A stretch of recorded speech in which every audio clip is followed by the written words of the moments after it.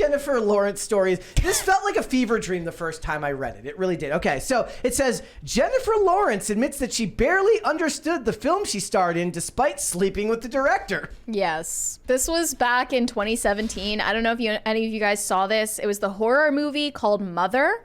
Not to be confused with Jennifer Lopez's The Mother. No, this was another This is Mother. before that. She was sleeping with the director, Darren Aronofsky, and starred in the movie, obviously.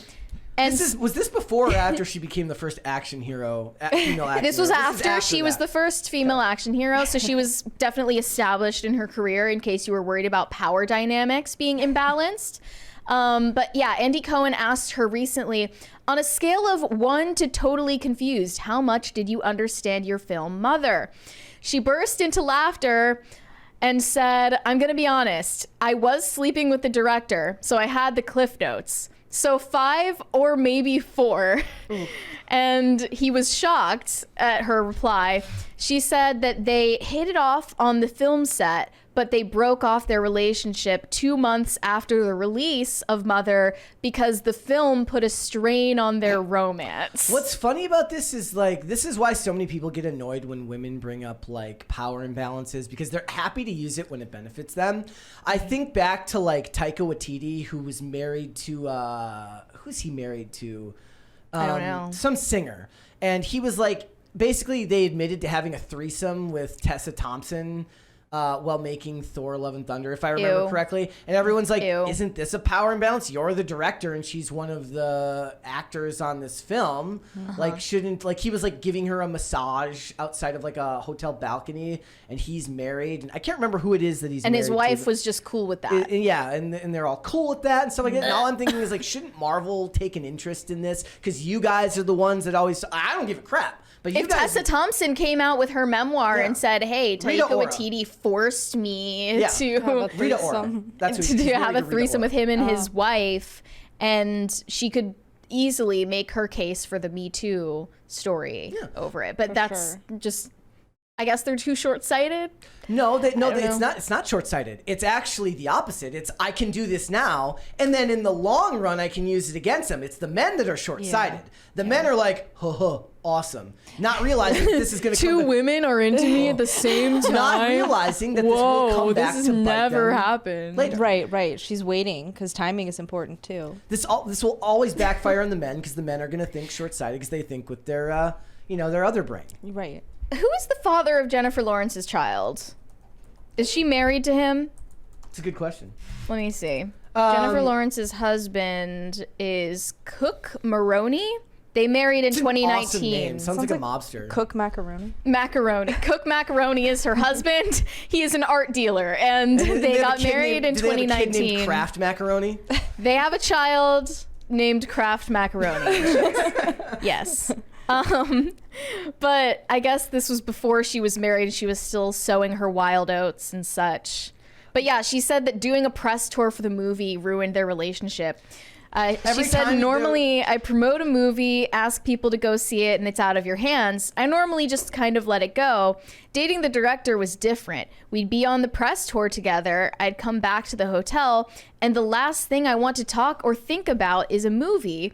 He comes back from the tour, and that's all he wants to talk about. It's almost like he's the real artist. And I artist. get it. It's his baby. He wrote it. He conceived it. He directed it. But I was doing double duty trying to be a supportive partner while also being like, can I please, for the love of God, not think about Mother for 1 second? Wait, isn't this what women call emotional labor? It's emotional labor, right? She's like getting this come up with a movie. name for everything. He's mansplaining the movie to her, even though she starred in it. And she's just like, and stop! she still didn't get it. She still wasn't listening. She should have listened when he was mansplaining the movie, because he was trying to help her. Like, you're going to need to understand the movie if you want to answer the questions. Stop mansplaining it to me. And she said, I finally was just like, this isn't healthy. Neither of us are doing it, because if I read it, I start getting defensive, especially if it's my man. Because the movie was so bad. So if people didn't like the movie, she would get defensive over it. You know why that is, right? Because, like, from the logical perspective, if you understand it really, really well, you won't get as defensive when somebody's talking trash about it because you can explain to them why they're wrong. True. But she doesn't have any clue what the hell it's about, but she supposedly loves this guy. So she's like, actually, you're wrong. And that's because reasons. Because I love him. Because I love him. Exactly. That's what she's saying, right? The only synopsis I see for it is a couple's relationship is tested when uninvited guests arrive at their home, disrupting their tranquil existence. And there's actually something like oddly like old school Hollywood about just admitting that you're sleeping with the director that I actually find mildly refreshing. I don't care that she doesn't know what this movie was about. No, neither do I. That's why it's funny, right? Well, I feel like in the past, there was still a little bit of taboo or stigma attached to that, where you wouldn't mention it, but people would know. It's an open secret. Mm-hmm. Now it's just like you're putting it all out there. James Gunn just puts his wife in all his movies and it's like Rob Zombie, Sherry Moon Is Zombie. that nepotism? Does that count as nepotism? Yes. Oh yeah. Okay. Absolutely. I mean, that actress is not bad, but it's not like she's the person you imagine getting that role right away. Same with Rob Zombie's wife, right? Like, Right. But that's like it's almost like. It's a bit endearing because you just expect it now. And Rob Zombie's cute, yeah. kind of he's weird anyways. Right. So, and and it's not I'm like assuming she is too. It's not like most people consider Rob Zombie movies high art, you know. House of a Thousand No, I Corpses. don't think they would. notwithstanding. She's that hot slasher chick in Yeah, the movie. That's It kind the of works point out. of it, right? Right. But she's like, yeah, I was sleeping with the director. I have no idea what it was about. Look, the issue comes in when you sleep with the director or you sleep with the producer and you don't get to star in the movie. That's when things start to get ugly, okay? That's when the Me Too allegations are made. It's when the gamble you took works out for you, works out in your Correct. favor that no one gets Me Too'd, Well, right? isn't she a disciple of Weinstein?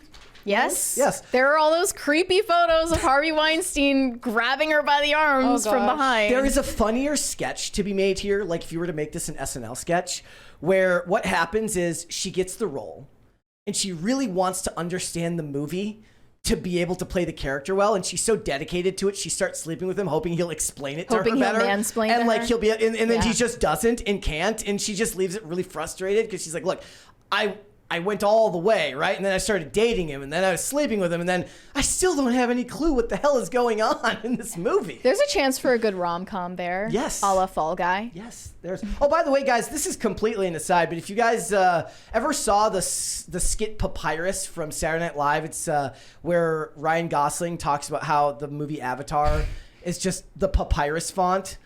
They ditched the papyrus font for Avatar 2. They did a Papyrus 2 on Saturday Night Live where it's just Papyrus but in bold. And the whole thing is him working through the trauma of the Papyrus font, and then he meets with the graphic designer who did it, and they have like a talk at like an event. And it's actually really, really good, but it's fantastic.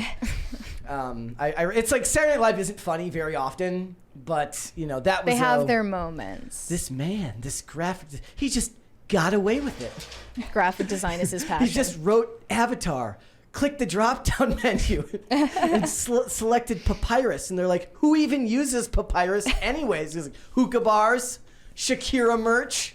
And he's right. Those Shakira merch? Apparently Shakira merch. Also, like, Okay. massage envy. That's about it. Yeah. Thanks for watching. Listen to full episodes of Pop Culture Crisis on Spotify. Keep up with us on social media and make sure you subscribe and ring that bell so you never miss the show. Bye, guys.